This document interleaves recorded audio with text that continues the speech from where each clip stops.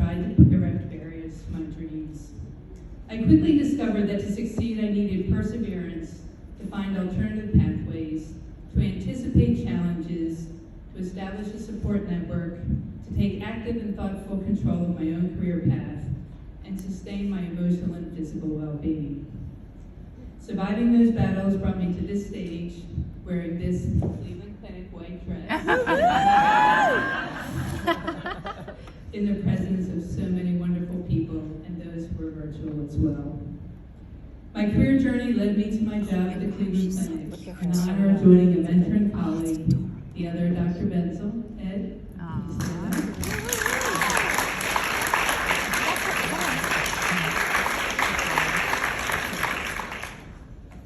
After many years of remote collaboration, it's really been a joy, Ed. I look out over this audience and see many individuals who have scaled Herculean heights and also impacted me enormously. I have much for which to be grateful. All of you have pioneered in your departments, at the leadership table, or by speaking out against harassment, healthcare disparity, or other injustices. One of you established a women's leadership initiative so successful, it's now considered best practices. For all that each of you has done, I'd like everybody in the room to please stand up. Stand up, come on. Thanks, Come on, not a choice. All right. Now,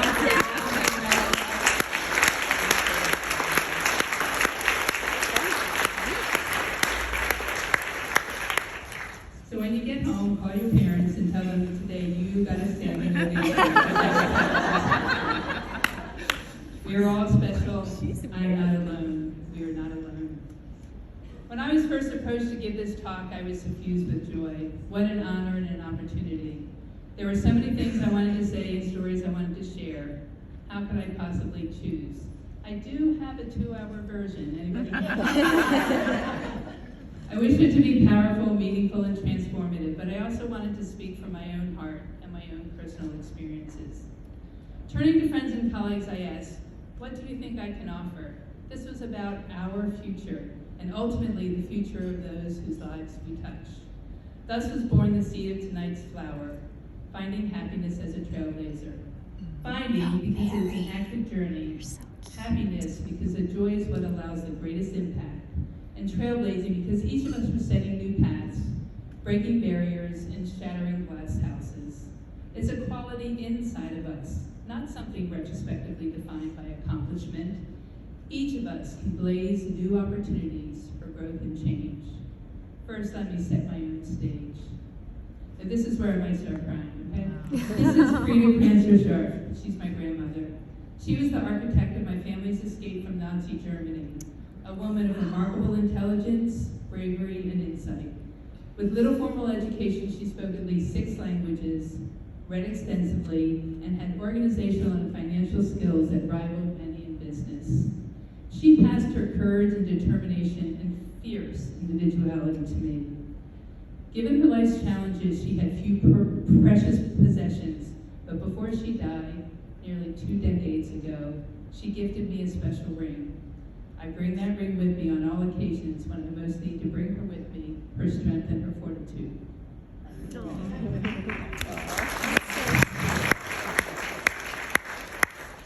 This is my husband and best friend, Dr. Paul Finch. He makes me laugh, holds me when I cry, is my fiercest supporter, and also my most honest critic. He has stood by me and with me for more than 35 years and has helped me to be a better person. This is me, a girl from rural Maryland who refused to accept no. I am wife, mother, grandmother, consultant, neurosurgeon, and a proud and happy trailblazer.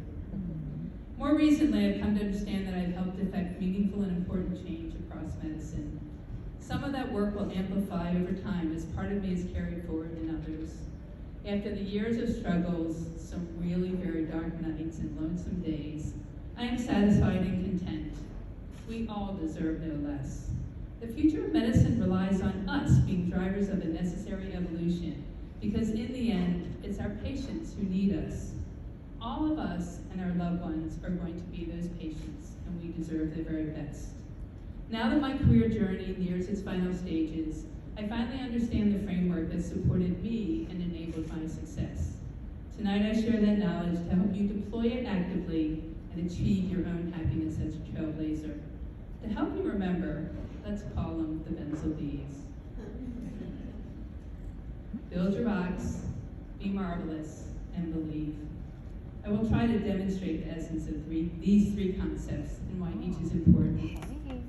Safety and security starts with building your own box as your essential core. You must understand who you are before you can securely navigate beyond and break out of your box. The imagery of the box is powerful. Your box safeguards what is key to who you are and what matters. It is the metaphysical place of refuge and protection. Your box can also conceal anything you don't need others to see or to know. Our boxes are unique and special, and they do not remain static over time, nor do they limit us. Perhaps it's not obvious how building your box helps you to gain strength and resilience. Let me share an example. One of my students recently asked, how can I be myself and yet fit into a world that seems so different than mine? With her, we explored which elements of herself she felt she had to conceal inside her box. What things were so important to protect for herself and for others inside her box? And how did she think her box differed or intersected with her perception of others' boxes? Through these explorations, she gained confidence that she did in fact belong, that she wasn't viewed as an alien, but also that it wasn't always critical to reveal all about herself at work. Finding and fostering a common purpose was critical, and through this she found the guardrails to accomplish much in her career without sacrificing her own self-esteem. Perhaps some other examples. Let's get back here. Oh, geez. Sorry, I must have been back. Okay, sorry. Little technical difficulty here. We'll get there. One more. There we go. Perhaps some other examples can help show the importance of building your own box. While much attention recently has focused on other aspects of diversity, gender bias remains the most common experience across medicine. We recently published a depressing study that showed that 66% of neurosurgeons reported experiencing sexual harassment. This behavior is always unacceptable. For too many years, I did not have the strength of my own box to speak out when I witnessed bullying, harassment, bias, and microaggressions.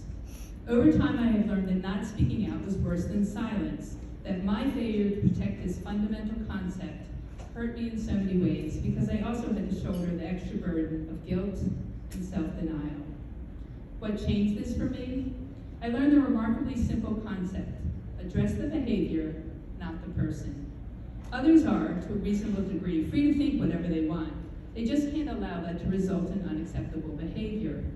I have dedicated considerable effort to teaching this approach to others, helping them to disengage from the rhetoric and understand that through comprehending what behaviors are acceptable and how to optimally respond when behaviors stray, we will create a safe and supportive working environment. And guess what? Changing behavior invariably leads to changing hearts and minds. Thus, loyalty to your own box can lead others to modify their own box in a positive way. In a completely different vein, I doggedly refuse to listen to Billy Joel or the Carpenters during surgery, and I'm not afraid to let everyone know. In fact, now in the OR, they automatically switch. I don't even have to tell them. As so much of the music that others want to hear, I'm willing to step out of my box for the sake of the team. Some things just aren't that important. Perhaps for you, what's inside your box is very different. Maybe you have a tattoo you fear others might ridicule, political beliefs that don't match your colleagues, or something in your past that doesn't fit with who you are now. For all these things, decide what is essential to your core, that it must always be expressed or protected. What are the parts of you others don't need to see, because it really doesn't impact your work or your relationship?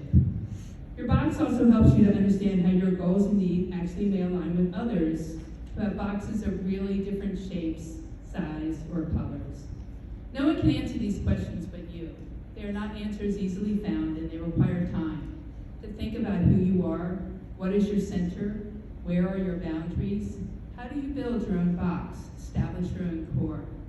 I had to leave my small hometown, shrug off the shackles of many traditions, and take the leap to new ideas, places, and people to find my own box as my core, to allow me then to soar beyond it. Today, commit to building your box, to embarking on a life and a career in which you are true to that which is most important, even if it isn't all of who you are, and especially when you feel like your box doesn't completely match the box of others around you. Your box will guide you, protect you, and set you free.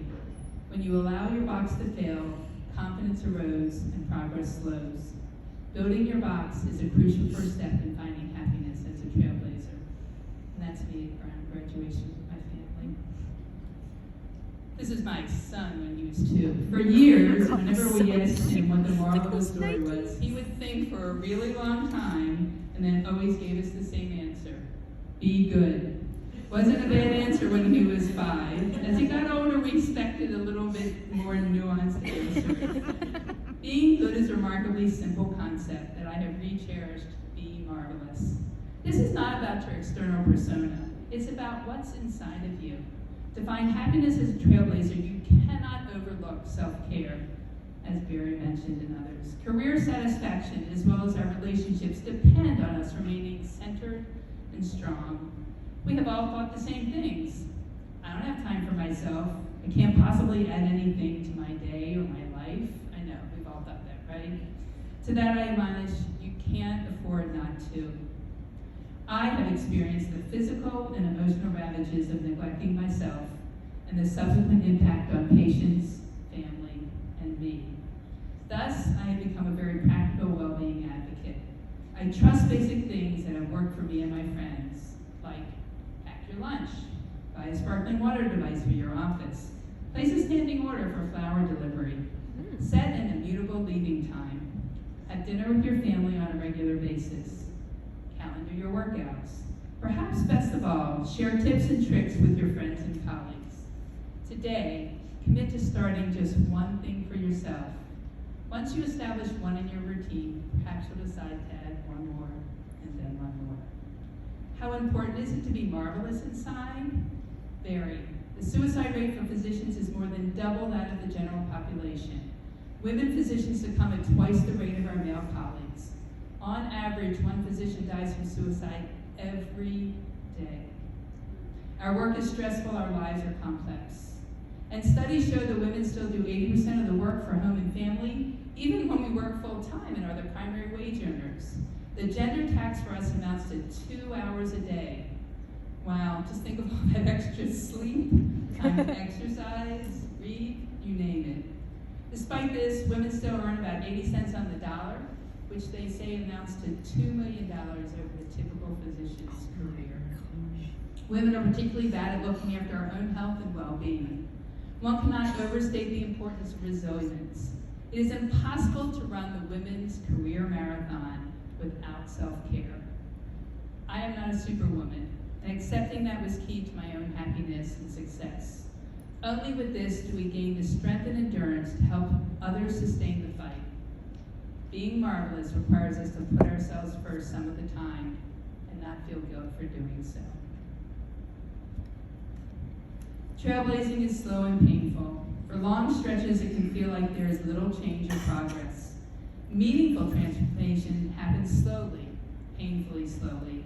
It feels stagnant and frustrating. The bruises keep accumulating, and there don't seem to be any victories. Through tough times, you must believe in yourself, the power of innovation, and the benefits of change. Too many contemporaries, me included, declared, "I give up. This isn't working. Things aren't changing. It's all still the same." What can I share with each of you to continue to believe and sustain your efforts over time? Perhaps understanding the stages of social change will help others to continue to believe. First is the stage of individuals who try something differently or step out to support them. Next comes the supporting period, with interventions targeting those groups that have been left behind or left out. Finally, the system phase, with the recognition of the role that systems play in sustaining the undesired status and thus blocking change. Diversity in medicine demonstrates this phenomenon. For example, when I was struggling to break through the barrier of entering the world of neurosurgery, there was a chief of medicine who stood by my side and supported my dream. He worked to build my confidence, prepare me for interviews, ask probing questions when I met with failure, and help me to decide whether to continue the fight. And when finances became an enormous stumbling block, he even found a way to give me lucrative hours moonlighting to bridge me over and stay out of the creditor's grasp.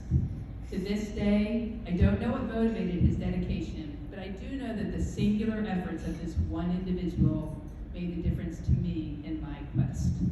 There are also those individuals who accepted the first woman in their residency programs or faculty, who advocated for women, or who spoke out against injustice, bias, and harassment. Individuals also take on risks of attempting something audacious. Notable examples include Dr. Elizabeth Blackwell, Dr. Mary Edward Walker, and our very own Dr. Viola Startzman, the first woman at the Cleveland Clinic. And all of you are examples because you blazed your path forward against all odds, making sacrifices that are unimaginable. Once the door opens a crack, the supporting phase begins. This is when those left behind or oppressed are told why they're not qualified for advancement, how their skills lag, or their commitment is lacking. We are then offered tutelage in being skilled communicators and better leaders, in wearing the right clothes. This probably wouldn't count, it's not gray or black. Saying the correct words, of never offending, and always letting others get the credit for our hard work and our great ideas. Those providing the support can feel altruistic. Look at what I'm doing to help. At first, being chosen for this intervention feels special, but slowly one begins to feel that the unvoiced agenda is to make us fit better into their world, to maintain the status quo, and sometimes to cling to outdated concepts. Slowly one can start to feel a little victimized or belittled. For many, this is the most difficult phase to navigate. Most likely you are still quite isolated. Just 9% of medical professors are women, even though we now represent 54% of the entering medical classes. You are enticed by the opportunities they dangle before you, but you still worry about your future career and perhaps your ability to continue. And then finally, there is the acknowledgement and realization that much of the problem is not the fault of the oppressed or the minority, but in numerous factors that are hardwired within the system. In fact, these system issues are often so compelling they can override individuals who may no longer hold to those outdated ideas. Second-generation bias typifies this problem because its achievement and its success are defined such that only individuals similar to the traditional majority are likely to meet the criteria. For example, when new leaders are selected, the job description sounds too much like those who have served for generations. That is, white males who have poor work-life balance and still believe in the value of hierarchical structure and limited interest in change, despite the fact that there's been radical transformation in the job spectrum. Today's healthcare leaders need extensive administrative, financial, and strategic skills and should display innovative and collaborative leadership styles. Yet these characteristics are not valued enough, leading at best to sustaining the status quo and sometimes worse. I have been extremely fortunate to experience a real exception to this. At the Cleveland Clinic, I have worked directly under the inspired and forward-thinking leadership of both Dr. Andre Machado, the chair of the NI, and Dr. Mike Steinmetz, the chair of neurosurgery. I've already mentioned Ed. I so admire and value the impact that they have had through their innovative and collaborative leadership. Beyond diversity, other types of system change will experience parallel, slow, and incremental evolution, often with considerable detours and missteps along the way. Having brave, aspirational goals helps propel you forward in creating new paradigms. For me, I held on to the belief that I could make all of neurosurgery better by making it more accepting of women and minorities, and that drive supported my belief during the darker moments. Someone recently asked me to imagine my life as a male neurosurgeon. Yeah, that's me in the dress. Working 10 to 20% less to accomplish the same success. I just shook my head. I've never walked one day in those shoes, and so even my fertile imagination cannot conjure up that life. I cannot imagine a career in which I wasn't excluded from the majority of formal and informal networking and career opportunities.